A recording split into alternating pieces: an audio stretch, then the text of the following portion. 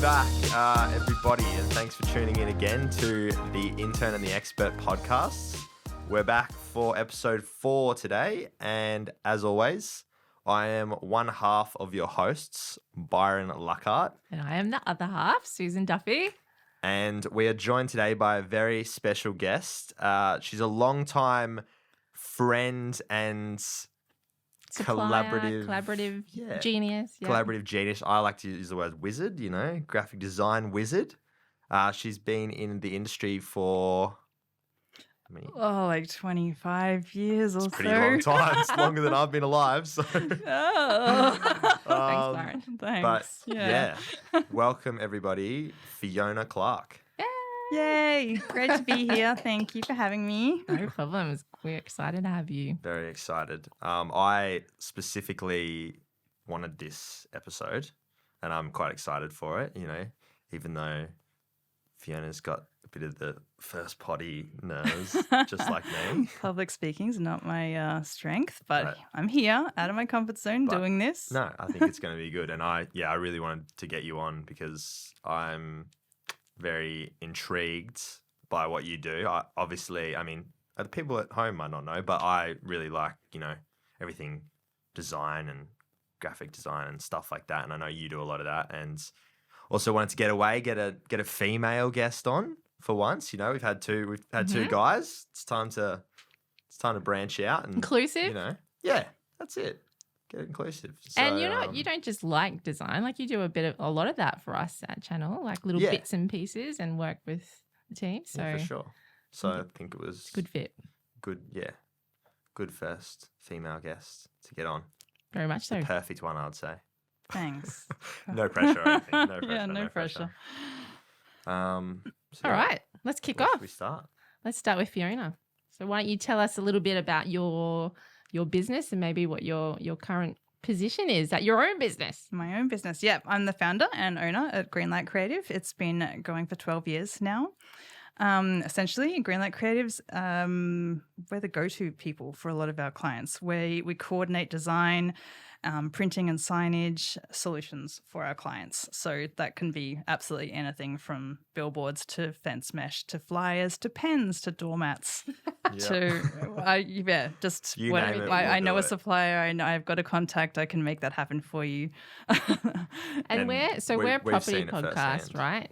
But what would be the percentage of property clients, do you think, in your business? 80%. 80%, Yeah, yeah. there's you lot. got a lot of love from property I people do around get a the lot of place. love from property. What other outside of property, other bits and pieces? What other We've industries? got a few different clients. I've just been downstairs doing some work on some cocktail labels, Ooh. make your own cocktails at home labels, which is kind of fun, a bit different. And we've got a vanilla bean extract client. I have seen this. Which is How cool. did that go? Did that end up it turned out brushing really up well. nicely? Yeah. We've got insurance broker, lawyer, plumber, different bits. lots of bits and pieces. So I really think that's whole like, lot. I love the fact that you're so property, but I think it's good to have a little bit of variety in For the client sure. base because you get ideas right from. yeah, absolutely. But I think as a designer, you're getting ideas everywhere, every day anyway. Like you just can't help but look at the menu as you're sitting in the restaurant, and then you start to critique that, and then turn around and see their sign on the wall, and you're critiquing that. So it's all consuming the industry. I think that's a sign of a good designer though, because like I said when we had our little chat, I feel like there's some people who are natural like designers. I mean, it's mixed in between, but there's some people that like do stuff like that I think are just always thinking about it, and then there's probably people that might have forced themselves into it a bit more or just kind of wanted to go down that route. But I guess we're all thinking about it all the time because we're all using maps and we're all like using wayfinding, and we're using UI on our phones. So design's in our lives without us even thinking about it. But Sure. I guess I'm just really conscious of that, Yeah, whereas yeah, other people yeah. are just going about their daily business. But it definitely has an impact for all of us. Yeah. no, Yeah. definitely. When I got here today and I saw the creative, I'm like, oh, Fiona's going to love it. Yeah. It's All this great, yeah. different- With the Just here, like where we painting are. walls. Yeah, all the different It bits is a and very pieces cool or- space. It is a cool space, the Very- different lights and and I can't help but look at everything when I walk into a room and, oh, that's a cool curtain. Critique and it that's and yeah. or- yeah. Well, critique it and just appreciate the thought's gone into it and someone sat there and actually given it a lot of consideration and, what's the experience going to be like? And that's what we do a lot for clients is like, what's the arrival experience like and how does this communicate? How does it actually work in the real world? I can't wait to get into that sort of stuff with you. But should we go back to the beginning maybe? Yes, we want to hear all about how you kind of got to where you are today. Or young, like where were you born anyway? I was born in Melbourne. very Which cool. sounds really cool, Yep. but I wasn't there very long. Classic design. Yeah, that's capital of true. Australia. Yeah, it looks good on paper. Yeah. But basically, my parents, we travelled up and down the coast quite a lot. Used to go to North Queensland heaps and ended up moving up there when I was quite young. And from North Queensland, I guess those early trips in the car, like I did taken out of school and Because your parents were banking, or your dad was banking. yeah, dad right? was in banking, but he was like, we did all these long road trips just on holidays. And I think it was a great experience because like every day was a sense of new, something different, something fresh. And I was actually going back through some old diaries that I used to have to keep for school.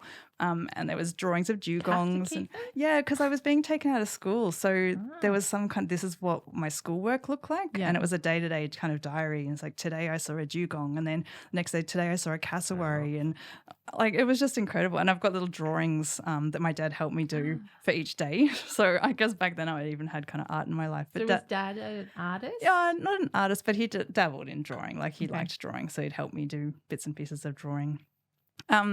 So yeah, I loved that sense of discovery every day, and I guess that's kind of helped me unconsciously, with this path to have this sense of wonder. That's funny because Gareth had that, like him and his dad had the same sort of thing where they would be like going on road trips, and it was that kind of sense of questioning, like just always like wanting to know more, or like a bit of that discovery thing. Like, I don't know, similar vibe. Yeah. Inquisitive, probably. Yeah. That's probably what I'd say. Yeah. So you went to school in Townsville? Yeah, went to school in Townsville, and then we ended up moving to Brisbane.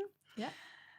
For work. So he got a job in Brisbane? Yeah. So moved around quite a bit. How old were you then? By the time I moved to Brisbane, I was early teens. Okay. Yeah. Cool. And so as a kid, we know this because we were talking about it a little while ago, but you were a bit of an organizer. I was a bit of an organizer. Yes. I used to rope my neighbours into putting on shows for the family. Like we'd get costumes and lighting and sets, and I would just boss them around and get this show presented. It was, I think they've forgiven me now, but they're still my friends. So, but I think that was like when I'm problem solving, it's like, oh, we're going to hang this skeleton, and halfway through the show, it's going to fall out and scare everybody. And how do I do that? And what am I going to hang it up with? And I from a young age, I guess I was just wanting to make things happen. Production wise, Did you ever get into like any did you do any theatre work? I did do some theatre work for a little while. Yeah, I actually got into lighting. My friend was on the stage, and I loved the lighting side of things. So I did a stint in front of the lights. Like, were you acting? And No. I did the lighting for the stage, behind so I behind the scenes. Yeah, I really cool. loved that. Yeah. Yeah. But yeah, I think I was always meant to be doing what I'm doing. I was looking through some old books as well, and my grandfather was actually a printer, so he did the old kind of letterpress printing. And my grandmother was a sign writer, like used to write tickets for shops when they had windows displays and actually paint the signed tickets. They still do that now. I think, it has come back a little bit now. There are people around that are doing it. Yeah. Cool. It's great. Did she do other stuff outside? She was a piano. Like she used to play piano. More arty, yeah, stuff. that's more arty. Yeah. So that's funny, It hey? is. Because normally, like, if your parents are that, like, that's maybe where you've got what you wanted to do is I'm going to follow on that tradition. But it wasn't really. It doesn't sound like it was what you didn't do it because they were doing it. No, I definitely didn't. I just think it was always there. My mum's really crafty as well. We used to go to the craft markets every weekend and sell her wares, and I think I was just always surrounded by people creating things. So I've never really thought about it until you asked me to come on this podcast, but I do think it's been a huge influence in where I am today. That's cool. Yeah. It's good to kind of reflect Yeah, on, it is. how you got to kind of where you were and whether your Yeah. family had any input in that. So By a chance, though. Yeah. By a chance. high school. Meant to So be. so how do we get, which high school did you end up? Where did you do year 12? I did my 12 at Alex Hills. Alex in- Hills. Yeah, Yeah, right. south side of Brisbane. And what Mm. and was that all the way till grade 12? Yeah, that was all the way to grade 12. Okay. Never really sure what I wanted to do. Loved science, loved everything. Loved typing. Loved art the most, though. So I guess I Did you- always kind of knew. Did you hone in any kind of like electives or like kind of stuff towards those like grade 12, 11 years, kind of thinking about where you might want to No, go? I really didn't have a plan. It wasn't until I was talking to someone when we started applying for universities and she mentioned graphic design. I'd never heard about it before. And I looked up and QCA was taking students. They were only, the previous year had let 30 people in. It was really difficult to get in. So Queensland College of Art. Yeah, Queensland Yeah. College of Art, Griffith Uni. So I kind of dismissed it. Like, oh, I'm never going to get in there. You know, teenage kind of confidence, none of it. Yeah. And then I found out that they were actually taking 60 people that year because just the industry was really starting to grow at that time. So I thought, oh, I'll give it a go. Like what, they can just reject me. So spent, month putting together a folio of works. Like you just make up works, make up business cards, make up logos and cobble it all together. And I guess And that's physical, right? Like no yeah, digital like it was a stuff Yeah, huge back in the day. A0.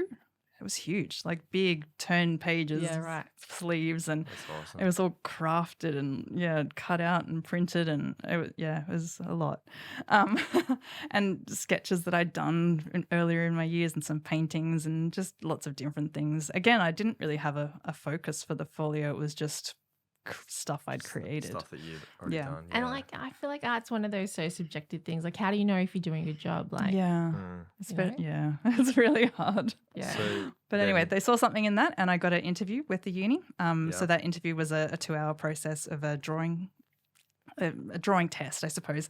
So you go into the room, and there's a table full of objects. You choose an object, and then you go to a table and sit down, and there's different medium on there. So I think I had crayons, which was just like, oh my gosh, I guess they're forgiving. Maybe I'm not sure. We had to do a realistic picture of the object we'd chosen. What and object did you have? I chose a clag glue pot. Like, yeah, I don't know. They're still around today. The red ones is like yeah, the it's like dipping a thing? white. Do you know what pot. flag glue is? That's the ones in the movies. They're always And eating the it. movies. The little kids are always eating it, like the Oh, white, really? the white Oh. glue. Yeah, it is right? white glue. Yeah, it's like in a pot, and then there's I haven't like seen a that in you pull it ages. There's a out, brush and there's a out. brush, Yeah. and that comes out of the top. And the other one was a perspective drawing. So it got down to like the last 20 minutes of the test, and my perspective drawing was a mess. Like it was just not. It wasn't perspective. There was no perspective. Well, so I'm like, okay, let's get some perspective. No, so I ripped it up. I completely like tore up this page, and I had a glue pot, and we were only allowed Did to you use. tear it up with this with the idea of Yeah. I was like, I'm going to glue it back together, like because really, it's just a little bit off, Yeah. Like if I can undo what I've done and glue it back, I think I can get away with this. So did that, and then afterwards you go into an interview room and they critique what you've done, and they're like, oh, you were only meant to use the objects you were given. How have you done this? And I was like, I drew a clag glue pot, and they're like, oh, wow, yeah, genius. And I got you in. glued it back together. Yeah, because I using the glue. used the glue that I was drawing, and That I mean, it is is a bit so genius. cool. that's That's I pretty think cool. it's. I was pretty proud of I myself. think you should. Yeah, that definitely don't done that. I'd be talking that up. No, That's I for was sure. like, Yeah. so I thought, I'd okay. be choosing that over just some guy who's just. But that's you sketched all it. are like thinking differently. I think is probably a good description. I love finding solutions, I Yeah. suppose, and that's the biggest motivation and passion I have is if the client's got a problem, and I can find a solution. Like so satisfying. Yeah. Yeah. It's what you do. Yeah. So uni. How long was uni? How long is 3 that? years. Oh yeah, Yeah. right. So you got in. You did. I got in. You did yeah, get in, yeah. woohoo! In the 60. Even It was- after all that. you Even thought, after all "No, that, no chance." it was hard. Uni was hard. It was a very competitive environment. There were excellent graphic designers in there. People were quite secretive of their work. Like it was a hard a right. hard environment to be in. Did you have anyone to bounce off? Like, Yeah, I did have a good Mentor? friend in there, I suppose. Yeah. Yeah, and we worked together on a lot of projects. He's gone on to great things in Sydney. But it was a good learning experience. I think by the end of it, I had to do some placements, and I chose not graphic design as such, but I chose the paper industry and working at a printer. So I was already thinking I wouldn't be a graphic designer. I would do other things within the industry. Why? Was that for any specific I reason? think, or? unfortunately, I don't know. I just didn't love. I knew that I loved graphic design, Yeah. but there were other people that were better at it than me. Yeah, And it was disheartening, but it was also, well, I still want to stay in the industry. There's got to be another way. So it was a good learning, I guess. But that helps sometimes, you know. I feel like, you know, you gotta think. I've thought similarly at times as well. Like back when I was trying to think about what do I want to do and stuff. Like for like a tiny bit, even though it sounds a bit silly, but I was like, I would love to do fashion design. But then I was like, I'm a bit of a realist as well. I'm like, how many insane fashion designers would be out there? And I'm like, oh. You know, I'd rather go, and then I'd like, all right, well, how can I still be creative and go down a path where I can, you know, And I guess still kind of get your foot in the door, and then, you know, it's all stepping stones, really, you know. But I think like knowing it's hard because I know what you're like now, and to think back then, I know it's, you know, it's a big giant leap. But for me, I when I see that scenario, like they're good designers, but I think, you know, unless you're an artist, which is designing things that, you know, who knows that you're an artist, right? So you're not really answering to anyone. But if you're an artist or a graphic designer in a business setting, so much of the success of that output is based on the brief from the client, how you're retrieving that brief, articulating it to the designer. And I think that's where... Yeah, absolutely. You know, I think that's something that have learned. And I guess I did have a lesson in uni. One of the last projects was a masthead for Mount Isa Mines. It was like a newspaper that they had within their organisation. And a masthead is I was going to for say the young players. For the young players. I was like a header of a newspaper. So where the Courier Mail has their kind of, you know, header title, I guess, in that top section of the newspaper. The Gold so when they Coast showed was you in how the to top bit. do. So this was a printing and stuff. competition for the Mount Isa Mines newspaper masthead, and the class all submitted their designs, and I actually won that. And I mean, another thing, I guess the university was quite honest with you, and they're like, you know, you're not the best graphic designer, you know, maybe you should consider something else. So they were helping me kind of stay in the industry, but trying to suggest maybe I should do something else. Did they say Idiots. They did, because I guess they want to prepare you for the real world as well. Nah, But just getting back to, I guess, what Susan was saying, I actually won that competition. And I think my time in North of Queensland, I understood the market. I got the brief. I had been to Mount Isa as a kid a number of times. So I really had a feel for what that was like out there. And I remember the university lecturer going, oh, that's a bit of a surprise. And I was like, actually, you know what? I understood the brief, and I delivered what the client wanted, and the client loved it. And I got paid like $100, which was like so much money. And that's uni. that was so satisfying. Hell yeah. Really satisfying. And I think that's real probably life, right? where I got addicted, and maybe where I realized it's not about being the best graphic designer. It's about really understanding what the client needs and delivering what they need. So you think that was a bit of a eureka moment? I think so, yeah. So it gave me more confidence to say, well, I don't have to do things by the university books. I can, you know, do it my own way and find solutions my own way, and I'm going to be successful. Yeah, cool. Which makes sense then to get experience in back of house, like production and, you know, where you got placements and stuff like that. Yeah, definitely. So where was your placement? Out of uni? Of my first job out of uni? Oh, no, where did you do the so when you were at uni, did you do placement? Yeah, I did work experience. I went to paper merchant. Oh, yeah. Right. Yeah. And so we drove around visiting graphic designers and explaining all of the different papers that they've got. The different stocks. Yeah, different and stocks. stuff. So I learned a lot about the paper stocks Love back the then, stock which thing. is, everyone loves the stocks and all the designers get Yeah, excited. can you so get us the actual Yeah. copy of the stock? Yeah. I'm and sure it was a little lot more dummy simple, mock-ups. simple back then. Yeah, it's great. I Probably loved it. just Going up from there.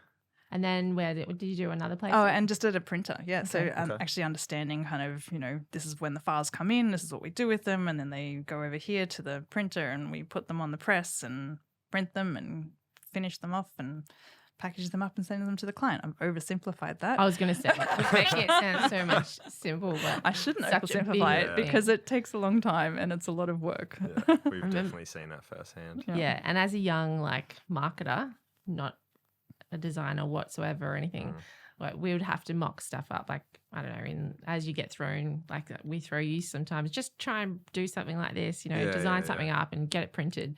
You're like, okay. And you send it to the printer going, and they're like, wrong file size, no this, no that. And it comes out and it's all pixelated, like back in the day. Like, It's a lot more forgiving than it used to be. I feel like it is. Or But- we just have good people like you who fix it. But Like, I've also That is true. one of my team is an absolute expert, John. As he knows exactly what he's doing, years of experience, and makes your files perfect.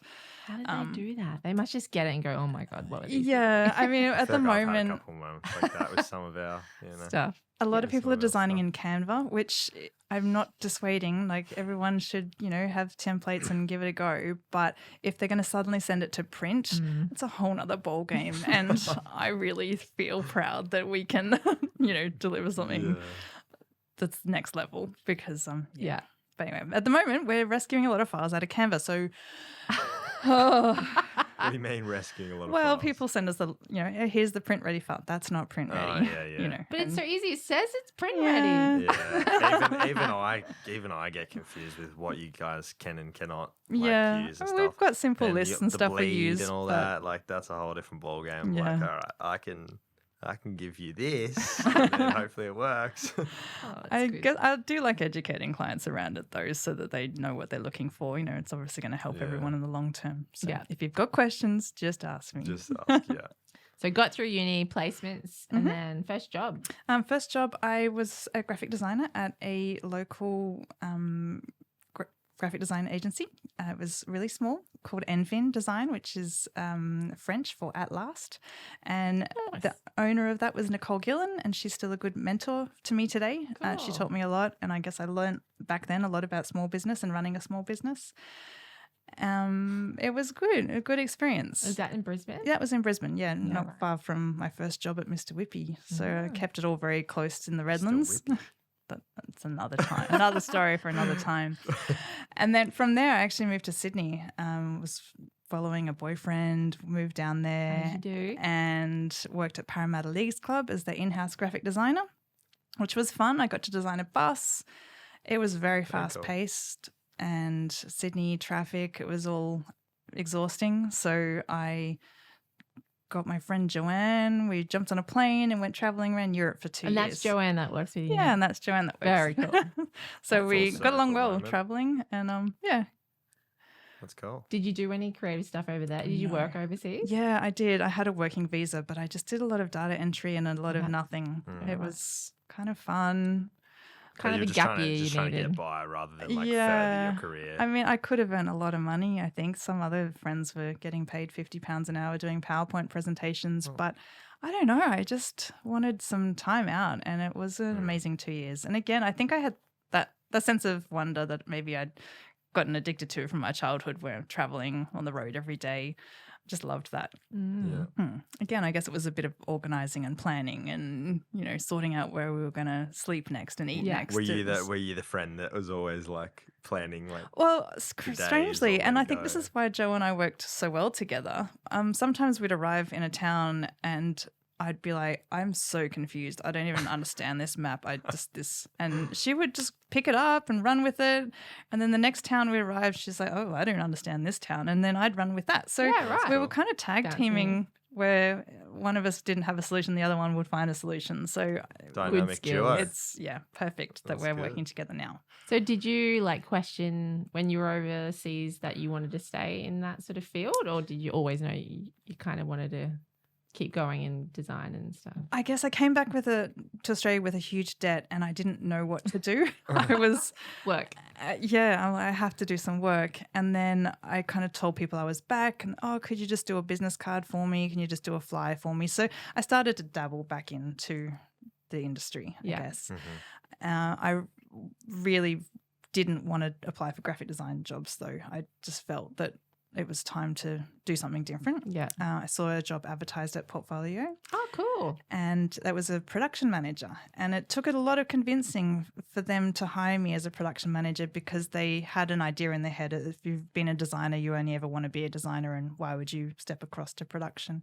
So I kept calling them. So what kind of work did they do? Graphic design, Okay. but a lot of their clients were property developers, Okay, which is gotcha. really was my introduction. It's still to this day. Yeah, they're going. It's amazing. Great guns. That's Yeah, awesome. really good. So what do they do, like master plans and stuff like that? Or All like, property creative. Like Yeah, new all brands property and creative, stuff new like that. brands, hero brochures, flyers, Okay. and then started doing sales and information centers. And was that the first job you had in like a property kind of space? Yeah, it definitely was. Yeah. Yeah. And so I was just looking after all of the production. So the designers would come to me and say, hey, we've got to do this brochure. Like, what paper should we use? I've got to do this sign. How can we install the sign? How big does it need to be? And then it was clients asking, oh, well, you're doing the signage and the flyers. Can you select some furniture as well? And can you do a reception desk? And can you do some lighting? So I was just, as the production person, pulling all different people together to get all those bits and pieces done. So take us Okay. back though, because you have a creative design background essentially in your resume, and then the job's a production manager. And I kind of get how they would be like, oh, like you're either one or the other normally, like you're a creative brain or you're a production brain, maybe. So how did you convince them that you could do it? So long ago, I'm not sure how. I kept calling them and saying, this me a job crack. is for Yep. me. Like, I know that I can Persistence. do this. I Yep. really was convinced that I was going to be great at it. Yeah, that's I good. just Three- knew. 3 podcast Yeah. guests saying the exact same thing. Persistence. Yeah, Yeah, persistence think is about key. it. Yeah, definitely Believe in persistence. yourself. And yeah, I loved the idea that I could be organized and project managing In control. and in control in a creative agency. So I'm working with designers, making their designs reality. I don't know.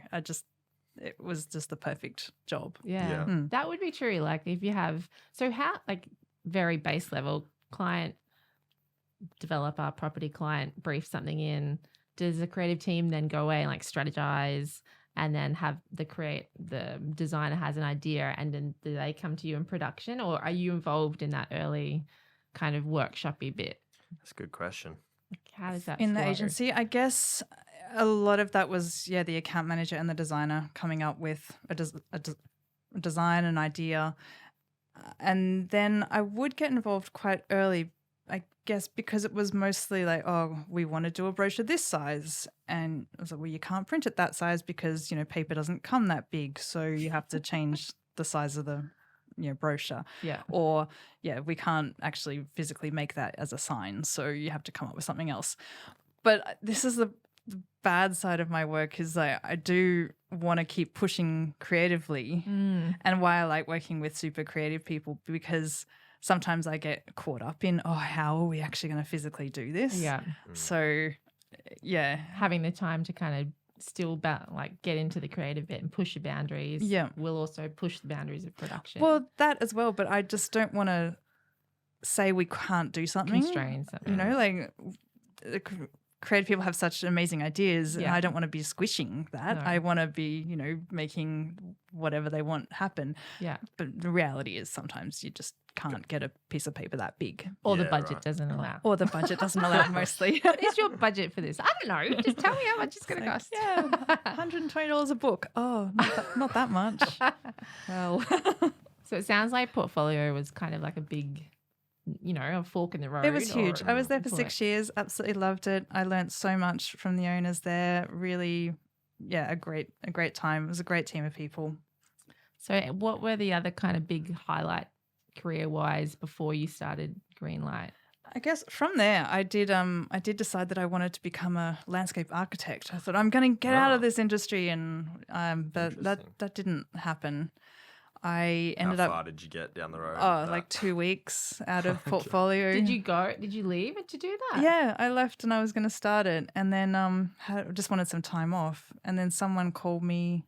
Oh, Nicole Gillen from Enfin. She called me, said, "Oh, there's Brad Salisbury's looking for someone to help him out in production," and it was just a couple of hours a day. And I thought, you know what, I may as well earn some money, and so it was doing a similar thing. So here's a small business, just running production, getting quotes and getting jobs in, checking the art files, sending them to print, checking colours.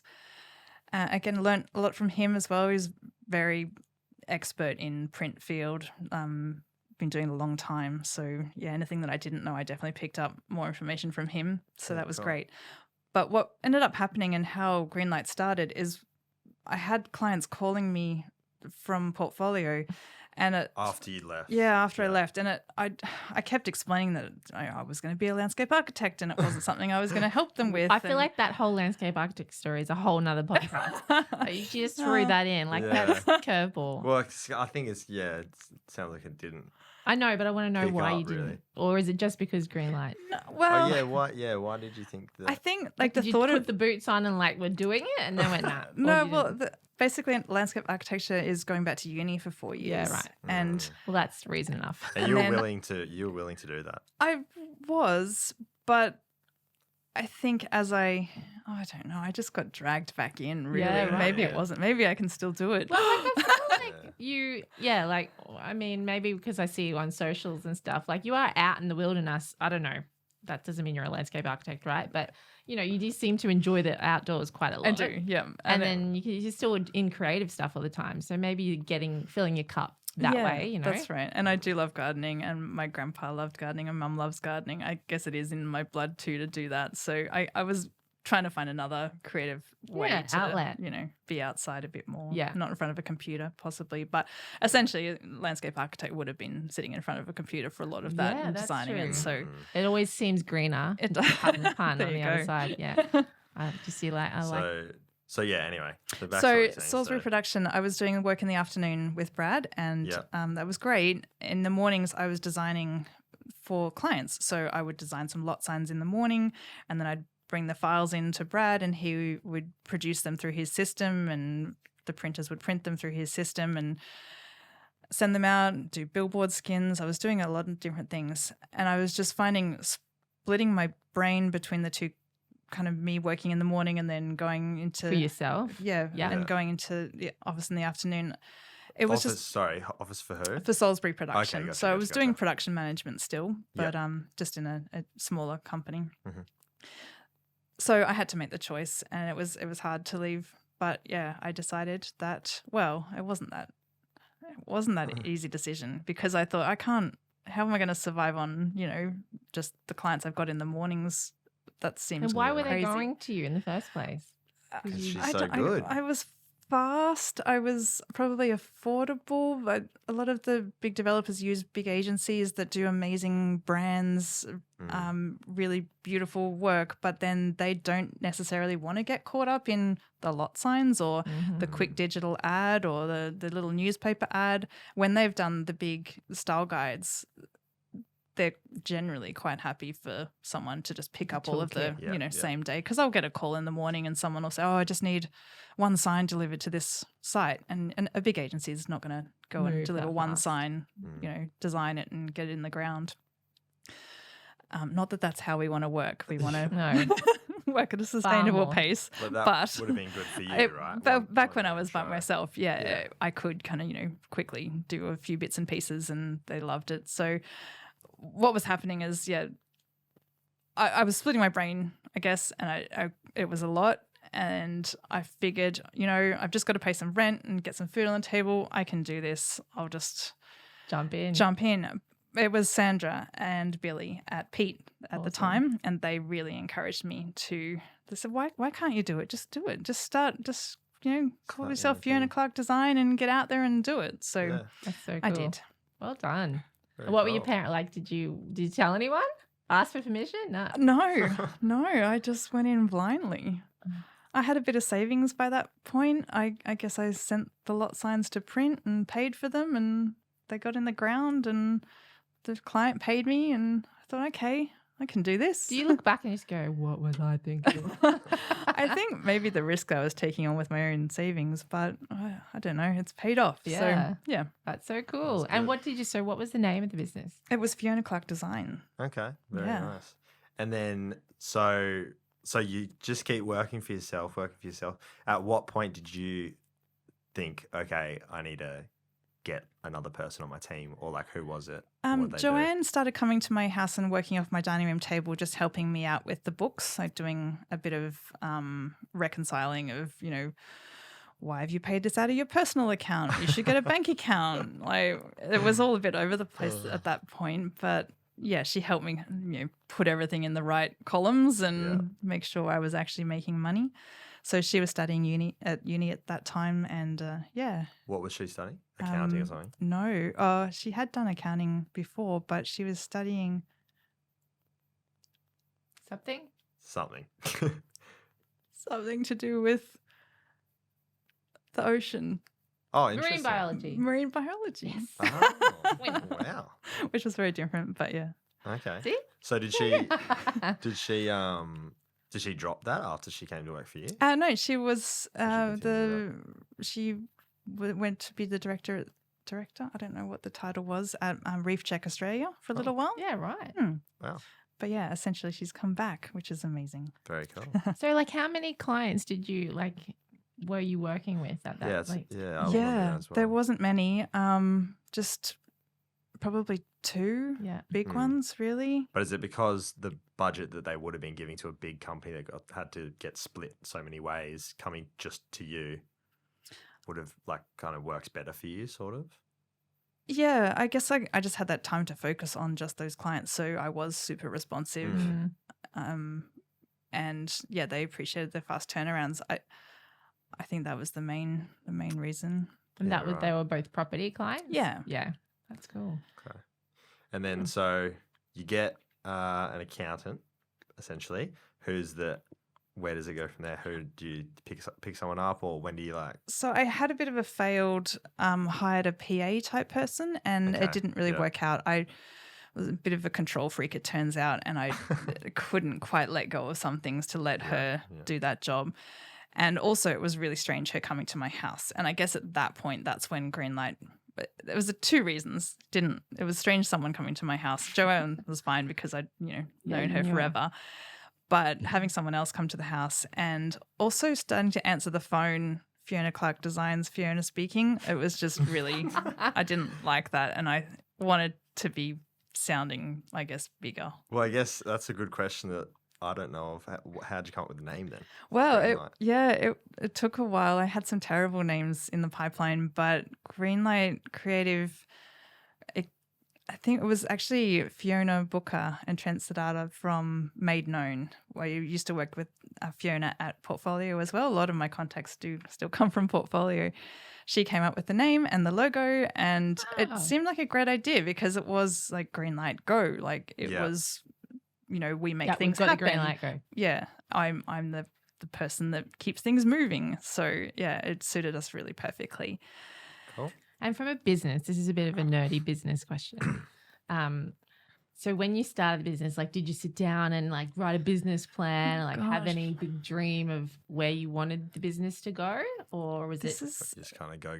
Yeah, it was just go. And it wasn't until I took some long service leave earlier this year and got a life coach and a business coach on board that I have actually started to put into writing some of that kind of business planning for the future.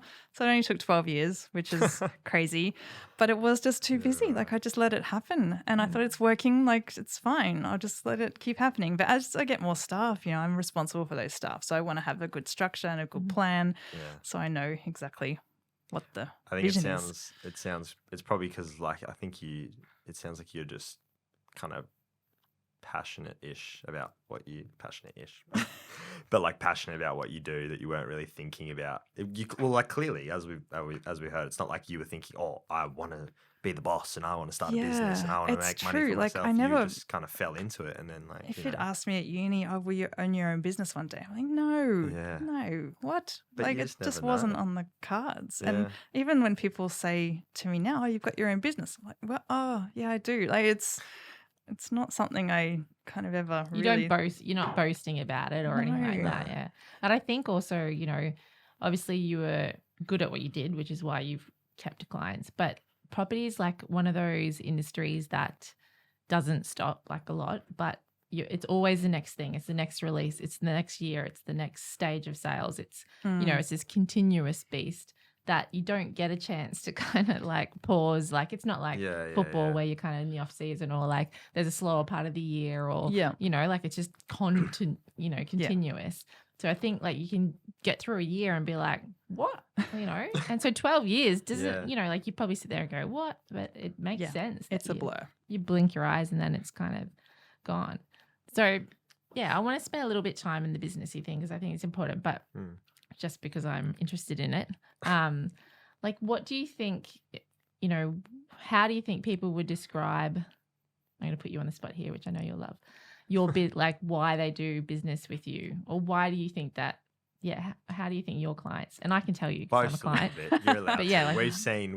I mean, we should probably mention that Fiona and her company were the ones that made Byron's Guide to Learning Lingo. Well, they did the whole thing, didn't they? They did the whole thing. Yeah, they did the creative, and I learned a lot of production, stuff from that. Yeah, and we're like, "What are you thinking, Byron? I know. You sure this is going to work?" And I learned some stuff. You know, going back and forth, and then you're like, "Oh, maybe you should do a die cut." I'm like, so okay, well, let me ask you this then. Why did you like the experience with Fiona? That was a leading question, but why do you? Great question. Well, I think that you guys were very responsive, and you kind of let me take the lead, but then kind of gave me the information, or like kind of gave me some ideas of how to like, because I didn't really know what the hell I was talking about or like what I wanted to do.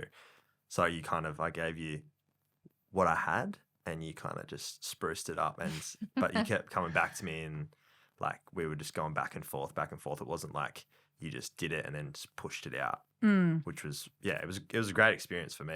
I think I definitely learned a lot about what it's like to kind of collaborate and go back and forth with someone, like with a designer that I'm trying to get an outcome for. Yeah, get something off. Yeah, I think that's important. I think some designers, everyone has a different process. I guess our process is you give us as much information as you can, and then we'll come back with a few ideas, and we want you to be part of that process, I guess. And unless you don't want to be part of the process and you just want us to do it and get it done, that's fine too. But I think some designers come back with one option, say, this is it, this is the design. And if the client doesn't like it, it's like, well, too bad. We really love, having client input and making sure the client feels like it's their own as much as we can. Having, I don't know. Well, I'm going to tell, one of the reasons that, I think I met you at Pete. Yeah. I feel like you redesigned, or Greenlight was at Pete. Yeah. Did you bring the brand in that one? Yeah. I think it's just, for me, it's just having someone where you can bounce ideas off. Like I could call you with no intention or idea about what I'm trying to do, and definitely not an immediate, like, I've got a job for you, but I'm thinking about this. How do you reckon it would work or whatever? And it's the ability to kind of bounce an idea off and not have someone kind of squash it, not have an ego where you have an idea already in mind, but kind of roll with it and then help us make it happen, And I'm all for having it. And this day and age, I think there's a lot of, other creative houses, whatever, production houses that are all very, send me an email, we'll, do it on email or whatever. But I feel like having a conversation and having that collaborative partner is so much better in that sort of environment. Yeah. Where you're creating a creative process, you want to be able to talk. So yeah, absolutely. And I think half of that is we're not just going to sit in the office and come up with an idea from the office. Like if it is a property developer where it's a new estate, we want to go out and have a look at that. How does the approach look? Like what are you seeing? What does it feel like? And all that experience that I was talking about before, it really does make a difference to what the design ends up being and how it's positioned, how people are taking it in. And what about one thing I wanted to touch on before maybe we get into maybe some what Fiona thinks about what sort of traits maybe designers should have as they get into the industry. But one last question I had for marketers, because we do tend to kind of get just by the nature of channel marketing, have some audience that are marketing managers. What sort of advice could you give a marketing manager on how to get the best out of like a creative agency or a design house in terms of maybe the briefing process? Any tips or tricks for us? I think knowing what the end purpose is really important. Like, what does this thing need to do? Like, does the sign need to do? What does the flyer need to do? Like, what's the end game? Having that super clear is, the most important thing, because at the end of the day, you want someone to respond to what you're designing. And if no one's responding to it, then it's all not worth doing, I guess. So when a marketing manager says, we need a sign. It's like, well, do you though? So sometimes like there's extra things put up or, extra flyers done or extra things done that aren't maybe the right thing to do. I guess we want to just question, what do you actually need the outcome to be? Go back to the beginning a little bit. Yeah, I think so. Yeah. I mean, sometimes marketing managers know exactly what they want and we do that. That's absolutely fine. But, as long as we understand what it's needed for, I think we can get a really good outcome. Yeah, right. So where do you think, where do you want to take the business? Like what's the next thing for Greenlight? Oh, yeah. I think I'm quite comfortable with the size of the business and everything. I guess just refining our process. We probably need to be clear around turnaround times. Like that's the biggest thing. And probably for marketing managers as well. I was simplifying the printing process earlier, but there's teams of people that are, printing and cutting and laminating, folding, die cutting. It's, packing, dispatch, couriers that go missing. It's to get something same day is kind of expected now, or, can we have this by Friday? It's like, it's Wednesday afternoon and we often can do it, but there's a whole team of people like busting the gut like every time. And I guess after 12 years, it is exhausting. And I love it. I do love it. I wouldn't be doing it if I didn't love it. But, potentially we need to, get a sustainable pace. And that's probably the biggest challenge in the business. But I've been working with my business life coach and we're trying to like define what the business is. And we've come up with a business goal, which is, it's a hearty pub meal analogy. So we want the business to be fun, reasonably paced. So like as if you're sitting in a pub, what does that feel like? Reasonable paced. While you're waiting, you can have a drink, like conversation or communication, we're calling it. It's a relaxed, informal, allowed to take your time. I guess that's how I see the business is, and what you were saying, you can give me a call anytime and have a chat through an idea. Like I don't want to be like, oh no, you've got to make an appointment or you've got to send a formal email. Like we want to have that experience where, we're collaborating. So like you're at the pub. It's then also so that you could make good connections with people and stuff. Yeah, so they you back, do. They want to work with That's you. right. Yeah, people are feeling comfortable and connected. I think there's also a sense of when you're in the pub, there's no rush. You're kind of calm. You can sit there and make some decisions what's actually the best thing to do here. I like that idea. Yeah, that's cool. I like that. I do feel like going to the pub now though. So thanks for that. Yeah. I think like on reflection of how I've seen the business from our side is that you've done a good job, taking it from, an excellent job, not a good job, of taking it from kind of Fiona to then having other team members that clients feel comfortable with trusting, because I think that, you set such a big, high standard of delivery.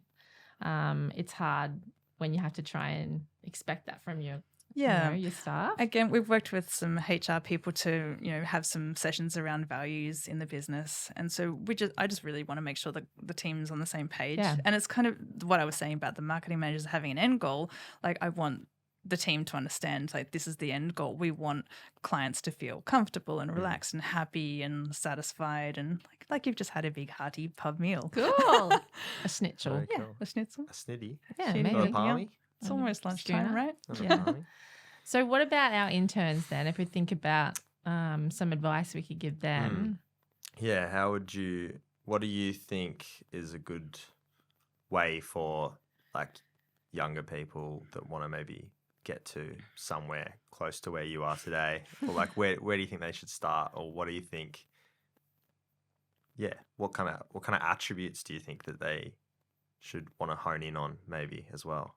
I think importantly is getting some formal education around design, like actually really understanding design, and design principles, some art history maybe, like really getting to grips of what you're getting yourself into, I guess. And then once that's under your belt, just keeping that sense of passion. What I said before, walking into a room and seeing something with fresh eyes, how does that work? Every time you look at a map, is that well designed? How's it working? When you're eating at a restaurant and you're looking at the menu, is it working? Having that critical eye over everything, that's really important. Keeping that fresh too, like Yeah. even like if they do get their foot into the door, like it must be hard because I feel like every designer that I've ever seen, particularly young ones, are worked to the bone, right? Like because they just get stuff thrown at them. How do you make time to keep looking at?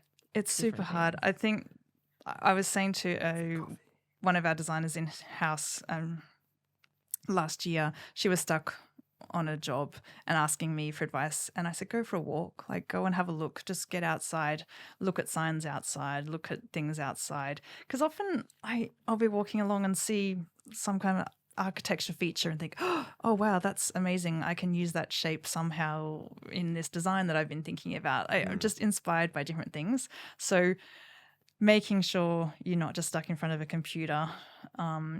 If you can sketch, then sketch or draw, go out, experience nature and different kinds of nature, like actual bushwalking or, kayaking, or that's how I guess fill my cup and how I continue to stay creative. Yeah. Just making sure I'm refreshed. I also try and go to like art galleries every kind of once a month at least. Are you on Pinterest? I am on Pinterest. Yeah, do you do that a lot? I do. I guess when I'm looking for something specific, but I'd rather get things out of the real life. So you don't want to just copy something off Pinterest. I'd rather see something that then inspires me to do something a certain way in the real world. That's cool. I'm probably stuck on Pinterest. When I have to be creative immediately, I'm like, I'll have a look at Pinterest. But I think it would be smarter to be like get outside. Well, yeah, it all takes time to wander around the streets and be in awe of things. But I think it is. I seems to be doing that a lot more, like from what I've seen, like traveling and stuff. Yeah. It's good. Work-life balance. Yeah. Except it's mostly work because it's always in my head. But I love Work it. is life. They're true. morphed together. That is true. So, advice. Yeah. Any other I guess, keep fellas? learning. There's design conference coming up in a few months in Brisbane, which is an excellent place to network. Go. It's what's a that? big Maybe I conference. Give that a squeeze. That Yeah, sounds cool. hit up your employee for some tickets. Should all? No. Oh, yeah, tickets. Oh, Yeah. okay. It is a ticketed event, Susan. but it's great. Yeah, there's lots of speakers from all around the world and really Cool. inspiring to see, different people's journeys. And Are that's you I'm doing going. anything? I'm going to that for Are 3 you gonna be days. speaking No, or I'm not anything? speaking. Oh, Gosh, okay. no. That'd be cool though. I think having conversations with people, like Mhm. making sure you're just asking questions all the time, is really important for Yep. anyone interning. As you know, this is why you're doing what you're doing with this podcast. Connecting with people in the industry. There's a website called Never Not Creative, and it's all about like asking those really difficult questions in the industry, which is fantastic. Like I never had that kind of support as an early graphic designer, but you can go on there and ask whatever you like. How much should I be getting paid? Someone's bullying me in the workplace. I don't like someone and I can't get along with them. There's just all these different questions on there, but it's just anonymous and you can ask whatever you like. And as a graphic designer, or in the creative industry, and get some honest answers from people that have been in the industry a long time, which is Cool. fantastic. So there is a lot of support, and making connections with those people is probably good advice. Okay. It's really good. Very What, and cool. so, like, if you thought about some of the best designers you've worked with, including yourself, how would you describe them? Like, what sort of attributes do they have? Like, what do you think it takes to be a good designer? I guess they're asking the right questions, and like not just questions for questions' sake, like how big does the paper need to be, but does it need to be paper? Like, I guess they're thinking Yeah. outside the box, and Clag always glue. thinking, like Clag the glue. clag glue. Just keeping an open mind and making sure that even if you're designing a tiny newspaper ad or a billboard by the side of the road, you come up with fresh eyes and a fresh approach and make it the best newspaper ad you've ever done or the best billboard you've ever done. I don't just dismiss a job because it's just a newspaper ad. Yeah, that's good. Yeah. Property. What about property industry? It's probably it's hard because we dictate a lot of the stuff that we want from creative agencies a lot of the time. But are you seeing any kind of trends or anything that's you're getting asked to do more of that's interesting, in the property industry? Is it more sales offices than ever before? Has anything changed post-COVID about maybe some of the stuff that you're delivering? Is it more digital based? Is it less printing? Definitely has been less printing over the years, but I think that's where Greenlight's come into its own because we do signage. We're doing some big projects on signage now. I guess the user experience is just so important and there's huge focus on that. So wayfinding around the estate is always important. That entry kind of experience, so having banner flags as you come in and then having clear wayfinding around the estate to get to the sales office or to get to the later stage. It's such a skill, hey, trying to figure that out. I think so, yeah. And making sure people are going to the display village and how they work through that display village and make sure they come back through the sales office. I guess none of it, the ideas haven't really changed around it. Maybe the signs are getting a bit bigger and grander and more exciting. So that, fun to work with. Any big projects that you've kind of just absolutely loved, or your favourites? I do love working on the North Shore project for EDQ. There's some. Is that the ice cream one? Is there ice cream's West Village. Oh, So that's Sekasui House. Cool too. Yeah, that's actually fun. I really loved that. Was a great moment actually where Amanda Lacey, who's the community engagement officer there, or manager, she always wants to push the boundaries, which I absolutely love. It's that whole same thing I've been saying. We've got this corner, we need to do something here. I don't know what, something hanging or something, something interesting. And I've gone, we could do a cloud with sprinkles coming out of it. And I'm driving away from the site going, what? How am I going to make a cloud with sprinkles coming out of it? What am I even thinking? And a couple of weeks later, there was a cloud with sprinkles coming out of it. So nailed it. It was great. I should have got Fiona to help with my Easter bonnet creation for my gosh. son. Oh, what with the hat? Yes. You didn't even comment on my Easter bonnet. Oh, sorry. I think I side just came note. out of Oztag. I'll have to remember that for a book week. I do love Knowing the event Fiona. signs. Yeah, they're great. They're fun. And And West Village. So with that wasn't West Village. that was West Village, yes. Yeah, cool. Yeah. Oh, that's good. I love those. So anything where you kind of get to blend a bit of creative.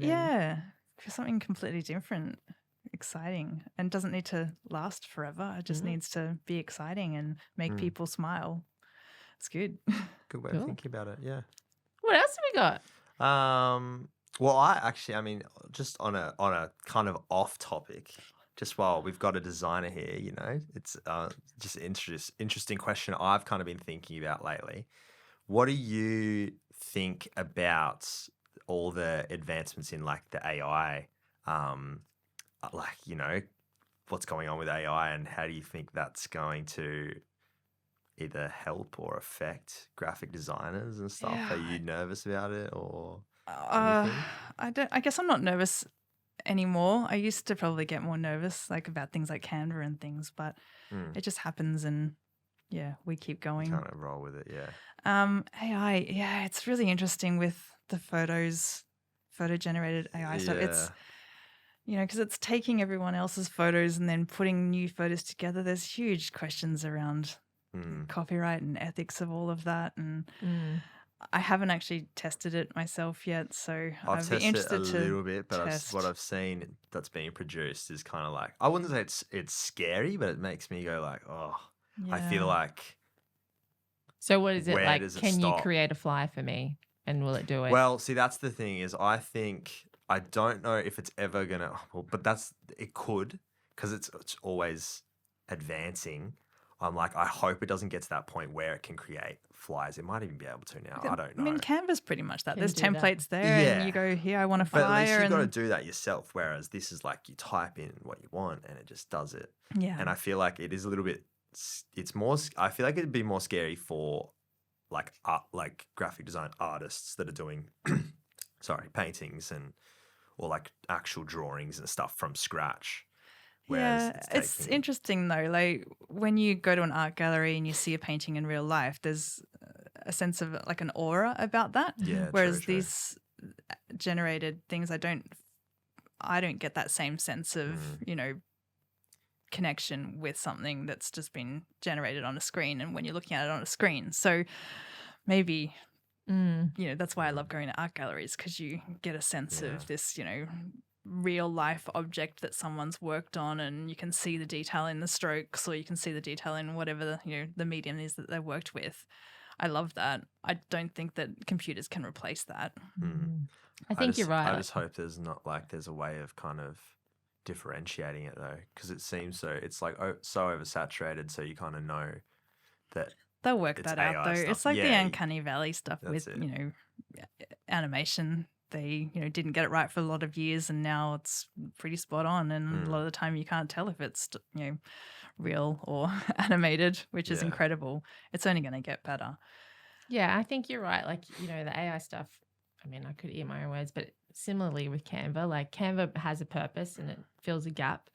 But, how many times have you probably had clients where they've got template solutions in-house and then they send them to you going, please fix this template solution. Like it's not doing this. Like wherever I think there is, like property is so cool because marketing managers in property always want to be creative and create places for people, and that's always going to change. And I think wherever there's still an opportunity to be creative in a business setting, there'll always be the need for a consultative approach, I think, which I think in your business where it's kind of end to end kind of serves that purpose. I don't know. Definitely. And you are creating real places for real people. Yeah. And yes, you can spend $5 on a logo, but you can tell the difference. I mean, maybe as Byron says, it'll get better and better, and you can spend $5 on a logo and it'll pump it out, and you I hope won't ever it know. doesn't, that's what I'm But saying. But I don't know.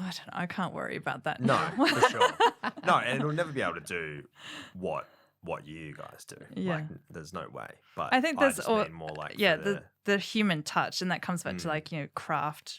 The human ability to craft something. Yeah. Machines never really capture that. I guess I just come back to the aura of something. Like I feel like there is a bit of an energy to a piece of wood that's been carved by hand as opposed to being laser cut. Maybe I'm just No, well, it's even just like digital print versus what is it? Offset. Like it's the same. You're like, this feels good. Or, the old letterpress has a bit of the ink's actually pressed into the paper and it has that texture about it. Well, there's a reason why. Like we have clients that say, well, I'm selling $2 million apartments. Like, is it going to hurt me if I don't have a printed brochure? Like they're asking that for a reason, because they know that there's a connection that people have with a brochure, and it's a feeling, and it's, will they pay more for it? Will they not buy it? I don't know. I can't answer that, but there's a reason why you're asking and worried about it. Absolutely. And it's because they want to create, a vibe. What did you say? An aura. Well, it is an emotion, isn't it? Like when you pick up that brochure and it feels something, you're like, oh, wow, like this is aspirational. Like I want my life to feel as good as this brochure. Yeah. Like, there's definitely We're simple something humans, there. aren't we? It is. Simple humans. Well, that was good. Yeah. I feel like I need to get outside and like put my gumboots on and breathe the air, and it's so. And you're such a like great work ethic. So I'm happy that you're able to kind of carve off time to do that. That's okay. And the life coach thing and planning is something It's cool. look up to. Thanks. Maybe doing eventually someday. Yeah. That's good. Cool. All right. You're wrapped. Well, yeah, I think that's pretty much a wrap unless we have anything else to No. add. Do you want to say anything? No. I think I've said it I all. think you said it all. Cool. All right. Thanks. Well, I'll close it out then. Thank you everybody for tuning in to episode 4. It was a pleasure talking to you, Fiona. Thank you for making the time. And we'll see you in a couple months for episode 5, which I'm already organising. So I'm on it. You're on it. I'm on it. Awesome. So yeah, thank you very much. No worries. Thanks for having me. Yeah. Snap.